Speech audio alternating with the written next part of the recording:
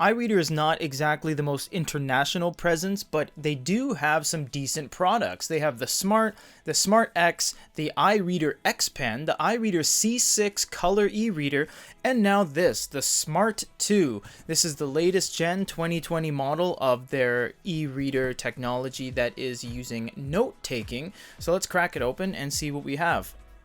So you can see they have basically taken a book out of Remarkable Onyx Books Note Air with this two-tone strip on the side. A lot of companies are doing that now.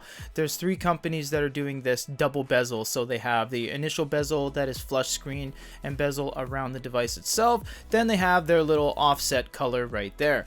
They do have audio on this, and you do get a USB-C as well as a power button up top. They do have their signature orange power button that they've had on previous iterations of their device.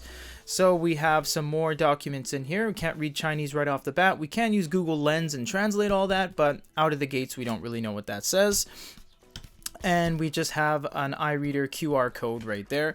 So we'll go ahead and open this and see what we have. Likely the USB cable. It's white USB-C cable.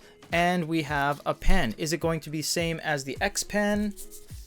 It is. This is the iReader X Pen. This was actually voted the best pen on the market right now. It's perfectly weighted, has a beautiful tip. It's made out of metal, has an aluminum core, and it has 2 nibs at the back that you can actually store. It actually is hitting all the right marks. The only downside is that it doesn't have an eraser, but Remarkable doesn't have an eraser, Supernote doesn't have an eraser. A lot of the big boys actually don't, so it's not that big of an issue.